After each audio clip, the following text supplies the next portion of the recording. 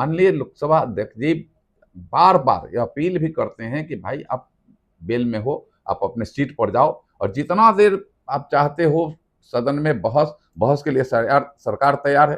सरकार पहले भी कह चुकी है और आज भी कहती है कि मैं तैयार हूं, आप बहस के लिए आइए और बहस का जवाब लीजिए। और यह बेनकाब होने की वजह से, क्योंकि इनके पास पूछा जाए कि भाई आप कैसे मतदाता चाहते हैं, आप चुनाव आयोग पर क्यों प्रश्न खड़ा करते हैं। सड़कों की ऐसी बदतर स्थिति थी, खास करके केंद्र के एनएच की सड़कें थे तो अब बोर्ड लगा दिया गया था कि भारत सरकार की सड़क है। अरे भैया ये बताओ, आप सत्ता में राज्य में हो, बिहार की बात में बिहार सड़कें में टूटी रहेगी तो आप बोर्ड लगा दोगे कि भारत सरकार की सड़क है। तुम्हारा क्या कर्तव्य है, तुम्हारा क्या कर्तव्य है, क्या पहल है तुम्हारा, ये तो बता दो।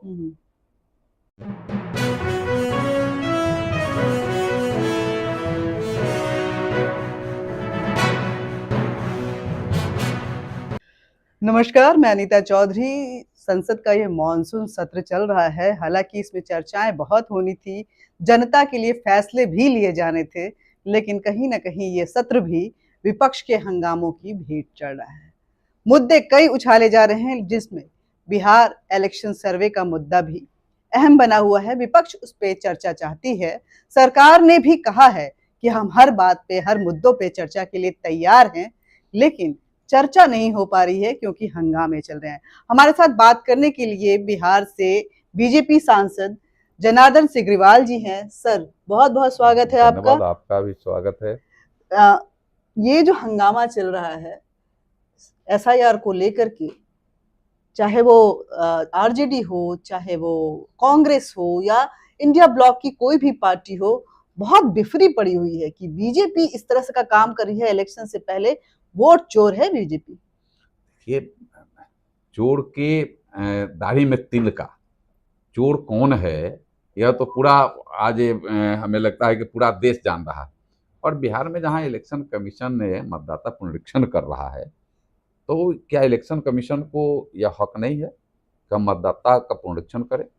क्या आपने जो आंकड़ा आया है, जो इलेक्शन कमीशन ने दिया है, अभी तक 98% से ज्यादा इनरोल हो गए मतदाताओं, और उसमें जो आंकड़ा आया है लगभग 52-55 लाख ऐसे मतदाता हैं जो या तो उनमें 18 लाख के लगभग उनकी मृत्यु हो गई है, लगभग 16 लाख के अब ऐसे हैं जो बाहर शिफ्ट कर गए परमानेंट, वैसे मतदाता हैं, लगभग 7 से 7.5 लाख ऐसे हैं जो 2 जगह इनरोल हुए हैं। क्या उनकी क्या मानसिकता है, उनको स्पष्ट करना चाहिए, उनको बयान देकर करना चाहिए कि मैं जो आज ओरिजिनल मतदाता बिहार के हैं उन पर मुझे भरोसा नहीं है, जो मृत हो गए उन पर भरोसा है, जो यहाँ नहीं रहते उनके ऊपर भरोसा है, जो डबल इनरोल हुए हैं उनके ऊपर भरोसा है, या फिर उनको मत देने के लिए बांग्लादेशी कोई आ जाए, घुसपैठी आ जाए, उनको तो स्पष्ट करना चाहिए। इसे हंगामा कर करके, यह देश हित का काम है, राजहित का काम है लोकसभा और विधानसभा चलना, जहाँ समस्याओं के निदान होते हैं, क्वेश्चन आवर होता है, क्वेश्चन करते हैं, समस्याओं और क्वेश्चन के लिए काफी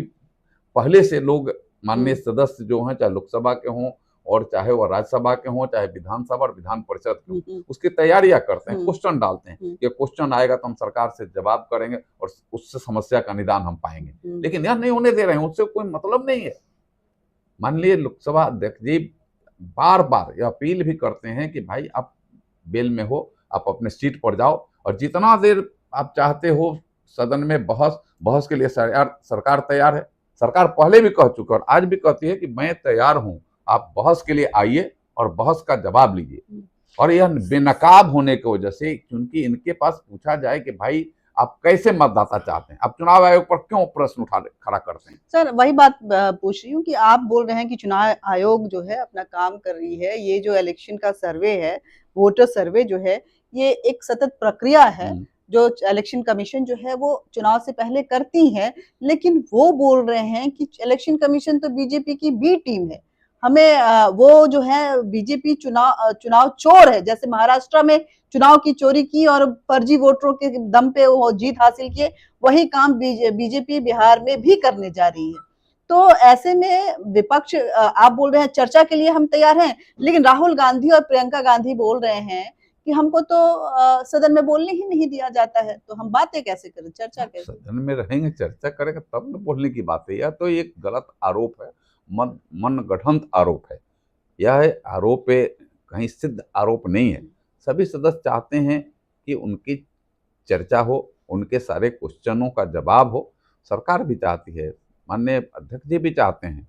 ऐसे हमें लगता है कि यह समय को बर्बाद करना और समाज को गुमराह करना, इनकी एक मानसिकता ऐसे बनी हुई है। और इलेक्शन कमीशन वो कह रहे हैं आप किसी को चोर कह दीजिएगा।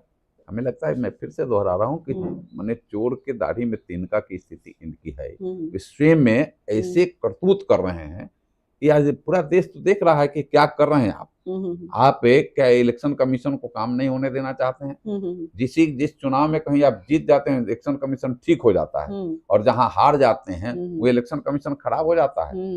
यह हमें लगता है कि डबल स्टैंड की बात है और यह नहीं करना चाहिए। इसके चुनाव चोर काहे बार-बार बोलते हैं, चुनाव चोर है, फर्जी वोट है। यह तो बोलना भी नहीं चाहिए। यह हमें लगता है कि स्वयं को लज्जा आनी चाहिए कि मैं किसी इंडिपेंडेंट संस्था को मैं चोर कह दूं। चुनाव आयोग तो इंडिपेंडेंट संस्था है, वो इंडिपेंडेंट काम करने के लिए स्वतंत्र है। और जब आप देखते हैं जब आचार संहिता लग जाता है तो हर चीज, आज चुनाव हो रहा है तो किसी को भी सारे चीजों को ट्रांसफर, पोस्टिंग, अन्य चीजों पर सारा वो चुनाव आयोग अपने जिम्मे ले लेता है, और उसके बाद भी आप कुछ से कुछ कह देते हैं। यह दुर्भाग्य है। खास करके जो एक विपक्ष का नेता एक संवैधानिक पद है, आप उस पर बैठ करके कहते हैं तो या तो उसकी समझदारी नहीं है या फिर जानबूझ करके, दो ही बात हो सकती है, या तो फिर जिस स्टैंड पर जिस पद पर आप बैठे हैं उसकी समझदारी नहीं है, या फिर आप उसको जानबूझ करके कहते हैं। तो दोनों को ऐसे क्लियर करना चाहिए कि मैं जानबूझ करके कहता हूं कि मेरी समझदारी के बाहर मैं कहता हूं, ये भी क्लियर करना चाहिए। देखिए, डेमोक्रेसी में कहा जाता है कि विपक्ष की भूमिका जब आप आते हैं तो आपकी जिम्मेदारियां ज्यादा बढ़ जाती हैं, क्योंकि आप जनता की आवाज होते हैं। लेकिन ये आवाज जब सदन तक उनकी मांगों को लेकर पहुंचती है तो हंगामा नजर आता है। एक बात और सामने आ रही है, तेजस्वी यादव बोल रहे हैं कि हम तो बाइकआउट करेंगे अगर हमारी बातें नहीं सुनी जाएंगी तो। और आपने देखा कि कल विधानसभा में भी किस तरह से उन्होंने शब्दों का इस्तेमाल। हम तो नहीं लगता है कि कौन वो बाइकाट न करें या करें, इसके पीछे कौन जाकर आरती लेकर के उनको मनाने के लिए कौन तैयार है।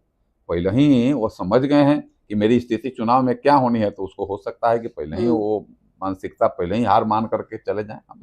लेकिन कोई ऐसा थोड़े है कि आप बाइकआउट करेंगे और वहाँ चुनाव नहीं, इलेक्शन नहीं होगा, वहाँ इलेक्शन तो होगा ही। बाइकआउट आप करने के लिए नहीं, फिर उनको कोई समझाया होगा कि आप यह बात उन्हें हमें लगता है कि गलत आप कह दिए, तो फिर उन्होंने उसको रिपीट किया है कि नहीं मैं इस पर राय विचार विमर्श कर करके करूंगा। एक बार विमर्श कर लेना चाहिए। डरे हुए हैं क्या लगता है कि राहुल गांधी निश्चित रूप से डरे हुए हैं।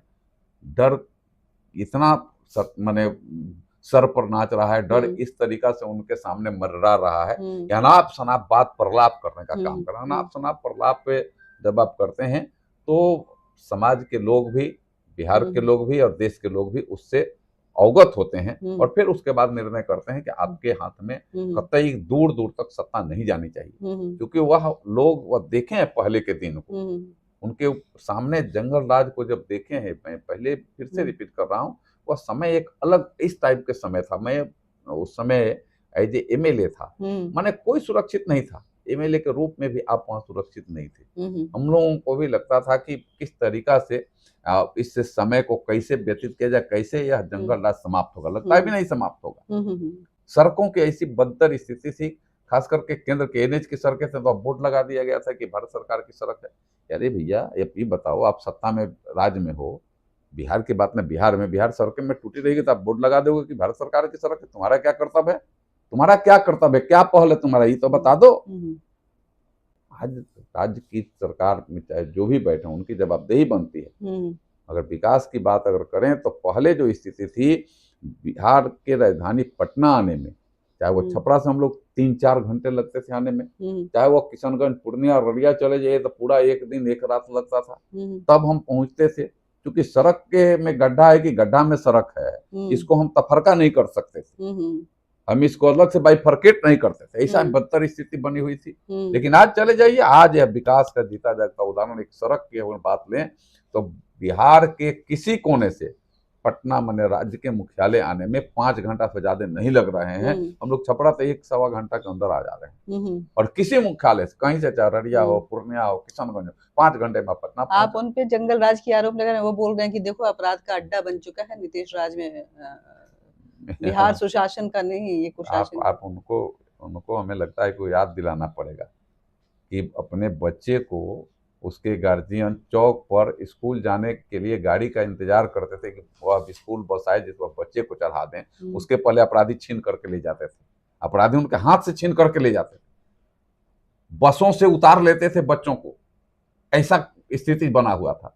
उस समय अपराधियों को संरक्षण सत्ता के गलियारे से मिलता था और आज सत्ता के गलियारे से अपराधियों को कठोर दंड मिल रहा है, कठोरतम दंड के रास्ते गुजरना पड़ रहा है। अपराध करने की कोई अगर हिम्मत भी अगर कर लेता है तो तुरंत उसका उद्भेदन होता है और उस पर कठोर कार्रवाई होती है। एक सवाल, ममता बनर्जी भी बहुत बिफरी हुई है कि बिहार तो ट्रेलर है, दरअसल पूरे देश में ये सर्वे करवा के हिंदू मुसलमान करके बीजेपी जो है वो वोट खत्म करना चाहती है, विपक्ष को कमजोर करना चाहती है। अभी तो उनका भी समय कुछ है, वो भी उनका भी इस बार ऐसी समाप्त होने वाला है, क्योंकि वहाँ के लोग भी त्रस्त हैं, परेशान हैं।